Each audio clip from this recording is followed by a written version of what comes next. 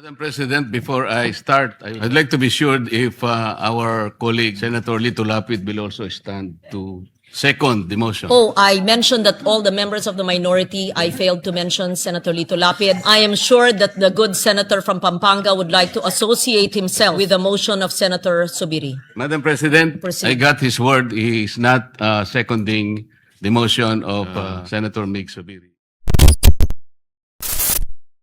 Thank you. I believe that all the members of the minority have signified their feelings about and thoughts about the privileged speech of Senator Marcos.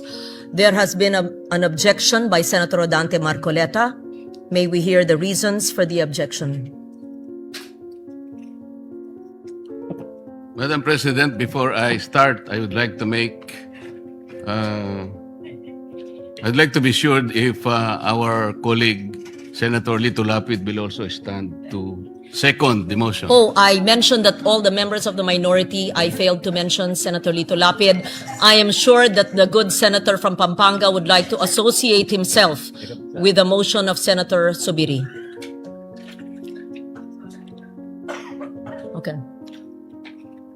Madam President, Proceed. I got his word. He is not seconding the motion of my amiable friend, the former Majority Leader, Senator Mig Subiri. Madam President, the motion was premised on Section 93 of the Senate Rules. May I read this again, Madam President? Acts and language which offend a senator or any public institution shall be deemed unparliamentary. Madam President, I have not heard any word from Senator Jaime Marcos that offended the sensibilities of our counterparts in the minority. I think what is being objected to, Madam President, which is not covered by the rules, are the videos that were presented during or before her speech. Pwede ko bang malaman, Madam President, kung yung pinay-strike out, kasama po yung video na nakita natin na kung saan ay nagsasalita ang ating kasama, Senator Risa Ontiveros. Kasi po sinabi niya, while BP Sara is in power, the threat of a full-blown Duterte comeback is still a very real and present danger. Sa akin po, walang problema yun. Opinion niya yun eh. And we have to respect that opinion. Yan po ba'y pinaalis natin? Gusto ko lang pong malaman, isa-isahin natin. Pangalawa po, nakita ko rin po yung sarili ko. Kasi po, ako'y naanyayahan sa isang television program, tinanong lang po ako, totoo po bang merong connection yung coup? Kasi po, ang tawag coup eh. Hindi naman po coup. Yung karaniwang nangyayari po sa buhay ng Senado yun eh. Palitan talaga yan. Maraming beses na po yan. Ang sabi ko po, kasi kinukonekta daw nila sa impeachment. Sabi ko, hindi po siguro. Sabi ko, dahil sa ngayon, 12 kami. Hindi man kinakailangan naming mag-coup para lamang i-prostrate natin yung impeachment. Palagay ko po, hindi. Yung po bang opinion ko na yun, tatanggalin? Gusto ko lang pong malaman. Kasi po, meron pa po nga sinabi, Jaime, sinungaling. Meron din po nagsabing gano'n eh. Ang ibig ko po sabihin, Madam President, ngayon po nakita natin the vibrancy of democracy in this chamber. Isa-isa po silang nagsalita lahat. Nabigyan ng pagkakataong ipaliwanag ang kanilang panig. Hindi po ba maganda ngayon na nakita ng taong bayan, nagamit nga lang po yung kanyang presentation. Pero naging daan para mapakinggan ng buong mamamayan. At sila na po ang final arbiter, Madam President. Ako nga po eh. Ako nga po.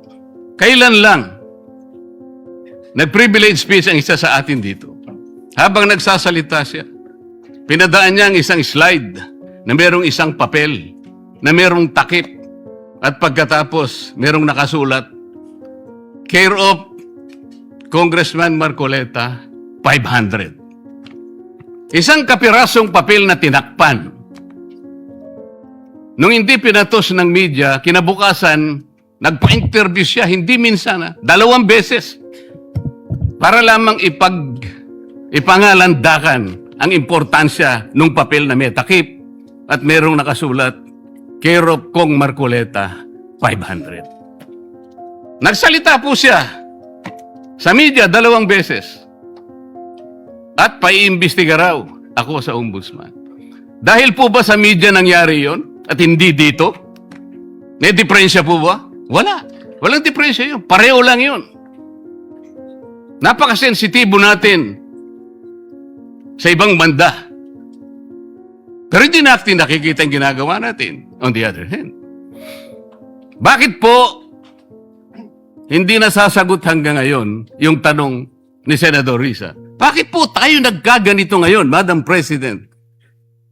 Kasi po, napigilan lang akong magtanong. Ngayon ko na po alam po ba ninyo kung bakit tayo nagkaganito, Madam President? Kasi po matagal ko nang sinasabi, 9 na buwan na po ang nakararaan, ngunit ayaw nating ituloy ang pag-iimbestiga sa flood control scandal. Isang pinakamalaking nakawan sa ating bansa. Parang ninakawan ng isang pamilya sa tanghaling tapat at ang mga magnanakaw ay hindi nakamaskara. Nakakurbata lahat. Nakabarong Tagalog. Paano hindi masisira ang kumpiyansa ng mamamayan kapag tinalikuran natin ang ganong pananagutan? Ano pong sinabi pa sa akin? Imbes na sagutin nila yung privilege speech ko noon, nasa pamimilit ko na, eto pong tungkulin natin eh. Naging PNP chief kayo. Ako po'y humanga sa inyo noon. Hindi ko na ikukwento ang lahat ng ito. Bakit ngayon? Bakit hindi natin gawin lahat yon? Alang-alang sa interes ng bayan. Kaya po tayo sumadsad ngayon dahil yung pananagutan na yun, pinipilit po nating pigilin. Ang dami po nating pinagtatakpan. Tumayo siya, imbes na sagutin niya ang aking sinasabi. Ano po sinabi niya? Kung ano-ano po sinabi, nagpalabas din po siya ng napakaraming video na kinakampihan ko si Diskaya, nag-blah-blah, na ang asawa ko raw ay independent na ganito. Lahat po. Pati yung tayo ko sa Congress noon, na sinasansala ko yung mga kasama ko because ngayon ko lang nakita ang Vice President, nagpipresent siya ng budget for 2025. Inaaglahi siya sa budget 2022 and 2023. Yung mga ganun po. Bakit po ngayon biglang nagbago ang kulay natin? Bakit po ganyan tayo ngayon? Bakit po napakababa? Siguro po, kung may pagkakataon tayo, maring bukas o kang makalawa, makikita po ninyo yung complete video yung nangyari nung Lunes, May 11, 2026. Kung paano, alas 7 pa lang ng umaga, nandito na yung tropa ng NBI na nakipag-coordinate sa opisina ng OSAA. Sapagkat balak pala nilang hulihin ang isang senador. Hindi po ba? Nagkaroon na po ng admission. Tinanong ko pa nga yung ating former SP kung nakita niya yung warrant of arrest. Pinakita ba sa'yo? Sabi naman niya, hindi. Naniwala po ako ron. Ngunit bakit sinabi niya, mag-coordinate kayo sa OSAA? Alam po ba niyo, Madam President, kung ako po ang Senate President, kaya ko lang naman ginagawang halimbawa ito, Madam President, dahil hindi naman po ako magiging Senate President. Kung ako lang, hindi ko papayagan yon, Madam President. Bakit po? Respeto na lang sa premises ng institusyon na ito. Gawin niyo ang gusto niyong gawin. Huwag dito. Nakikiusap ako, utang na loob. Huwag dito. I will do that. Pero ano po nangyari? And the rest is history. Hinabol po ng hinabol, kamuntik na pong nahulog sa hagdanan ng Senator Bato. Ganun po ba ang pagtrato sa isang senador? Sinasagot ko po yung tanong, bakit po tayo nagkaganito? Isipin po ninyo, bakit hindi kayo magsimula doon? Meron po bang isa sa mga minority counterparts natin ngayon, Madam President? Meron po bang isa na sumama sa akin nung ako'y nagsasalita na parang si John the Baptist, ako na lang ang isang nagsasalita. Ituloy natin ang investigasyon. Meron po ba silang lakas ng loob na samahan ako? Madam President? Wala po. That's why I'm objecting to the motion. Wag po tayong balat sibuyas. Wag po tayong balat sibuyas. Salamat po, Madam President. Yes, thank you very much. That is noted. Senator Rodante Marcoleta, we recognize the Senate President.